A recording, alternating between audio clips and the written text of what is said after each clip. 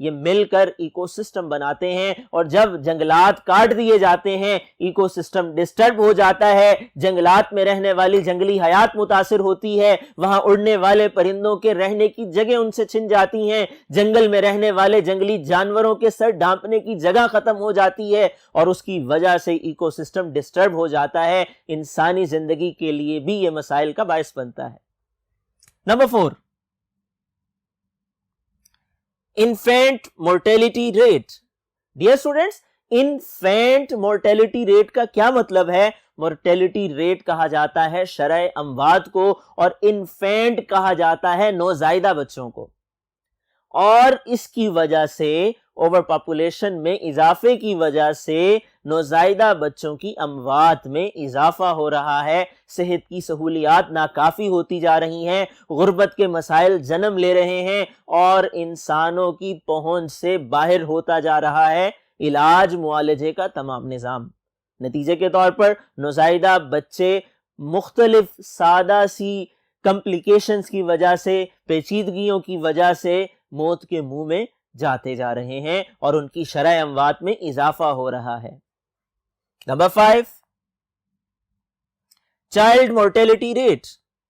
Dear students, health problems کی وجہ سے، اوور پاپولیشن کی وجہ سے صحت کے مسائل جنم لے رہے ہیں، ہسپتالوں میں جگہ کم پڑتی جا رہی ہے، پرائیویٹ سیکٹر کے ہاسپٹلز کا علاج کا طریقہ ہر انسان کی دسترس میں نہیں ہے، اور اس کی وجہ سے وہ لوگ جو غربت کا شکار ہیں، جن کے پاس علاج معالجے کے لیے مناسب مقدار میں رقم موجود نہیں ہے، ان کے ہاں بچوں کی شرح اموات معمولی بیماریوں کی وجہ سے بڑھتی جا رہی ہیں۔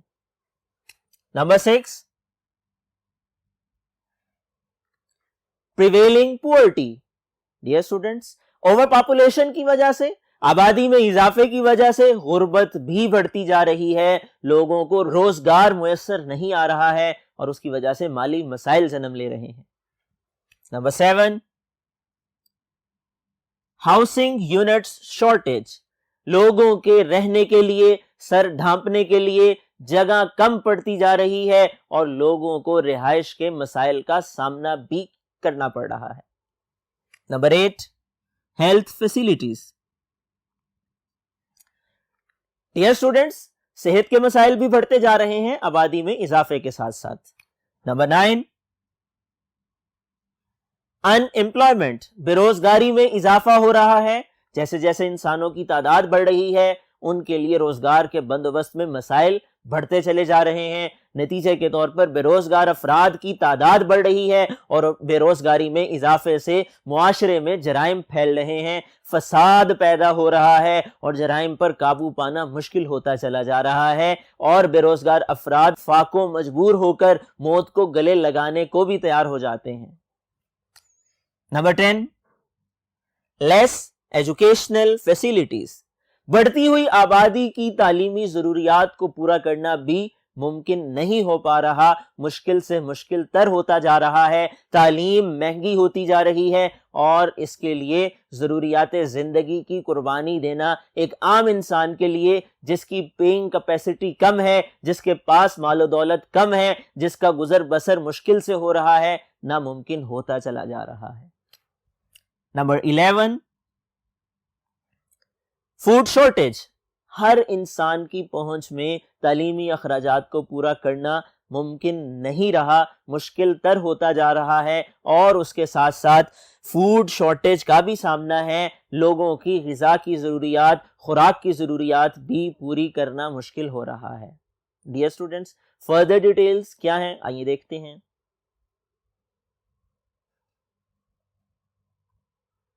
ڈیئر اسٹوڈنٹس، ان تمام مسائل سے بچنا ممکن ہے، اور کس طرح سے بچا جا سکتا ہے، وہ پریونٹیو میئرز کیا ہیں آئیے ڈسکس کرتے ہیں۔ وہ 2 میئرز ہیں۔ نمبر 1، عوام میں آگاہی پھیلائی جائے، ان مسائل سے آگاہ کیا جائے تاکہ آبادی پر بڑھتے ہوئے اضافے کا جو دباؤ پڑ رہا ہے اس کو قابو کیا جا سکے، ماحول پر پڑنے والے اثرات کو نارملائز کیا جا سکے، وسائل کی کمی کو پورا کیا جا سکے۔ اور دوسرا اہم کام یہ ہے کہ کہ محکمہ بہبود آبادی حکومت پاکستان کا ایک اہم محکمہ ہے. اس کے ذمے یہ کام ہے کہ یہ انسانی آبادی کی ضروریات کا خیال رکھے, انسانی آبادی کی فلاح و بہبود کے منصوبوں پر کام کرے. اس محکمے کو بھی چاہیے کہ عوام میں آگاہی پھیلائی جائے اور مناسب منصوبہ بندی کے ذریعے, وسائل کی منصفانہ تقسیم کے ذریعے, عوام کی فلاح و بہبود کے منصوبوں کے ذریعے سے ان مسائل پر قابو پائے اور انسانی آبادی کی, پاکستانی عوام کی, یہاں بسنے والے لوگوں کی مشکلات ٹھیک کی جا سکیں, مشکلات سے چھٹکارا دلایا جا سکے اور آسانیاں فراہم کی جا سکیں. ڈیئر اسٹوڈنٹس, یہاں پہ ایک انٹرسٹنگ انفارمیشن ایڈ کرتا چلوں, اور وہ انٹرسٹنگ انفارمیشن یہ ہے, یونائٹڈ نیشنز پاپولیشن فنڈ یہ عالمی ادارہ ہے اور اقوام متحدہ کے تحت بنا ہوا ادارہ ہے, اور اس کے بنانے کا مقصد یہ ہے کہ اس کی وجہ سے غربت زدہ ممالک میں, ترقی پذیر ممالک میں, پسماندہ ممالک میں جہاں جہاں آبادی سے متعلقہ مسائل ہیں, صحت سے متعلقہ مسائل ہیں, ان مسائل کو حل کیا جائے, اس کے لیے فنڈنگ کی جائے اور عام عوام میں انٹرنیشنلی بھی اور نیشنل لیول کے اوپر مختلف ممالک کے اندر بھی آگاہی پھیلائی جائے. Dear students, United nation population fund کا شارٹ نیم آپ کو ایم سی کیو کی فارم میں, شارٹ کویسچنز کی فارم میں پوچھا جا سکتا ہے. Always kept in your mind, آپ کے ذہن میں رہنا چاہیے, اس کا شارٹ نیم ہے UNFPA. یہ دنیا کی ایک بڑی تنظیم ہے, لارجسٹ آرگنائزیشن ہے, اور یہ دنیا کے 140 ممالک میں کام کر رہی ہے, اور اس کا مقصد مختلف فنڈز جنریٹ کرنا ہے آبادی کے لیے اور صحت سے متعلقہ شعبے کے لیے. اس کا مقصد عوام میں, دنیا کے اندر بسنے والے لوگوں میں آبادی میں اضافے سے متعلق شعور بیدار کرنا ہے, اور اس نے اپنے آپریشنز کا آغاز 1969 میں کیا. ڈیئر اسٹوڈنٹس, یہ کچھ انٹرسٹنگ انفارمیشن تھی, یقیناً آپ کی معلومات میں اضافہ ہوا ہوگا. آپ نے ان انفارمیشن کو آبجیکٹیو ٹائپ کویسچنز کے لیے ذہن میں رکھنا ہے, اور تمام سوالات جو اس ٹاپک میں سے آ سکتے ہیں ان کو مد نظر رکھتے ہوئے آپ نے تیاری کرنی ہے. مجھے یقین ہے یہ لیکچر, یہ ٹاپکس آپ سمجھ چکے ہیں, اس کے بعد آپ نے اس کو اچھی طرح سے تیار کر لینا ہے. اگلے لیکچر تک کے لیے اپنا خیال رکھیے گا. اللہ حافظ.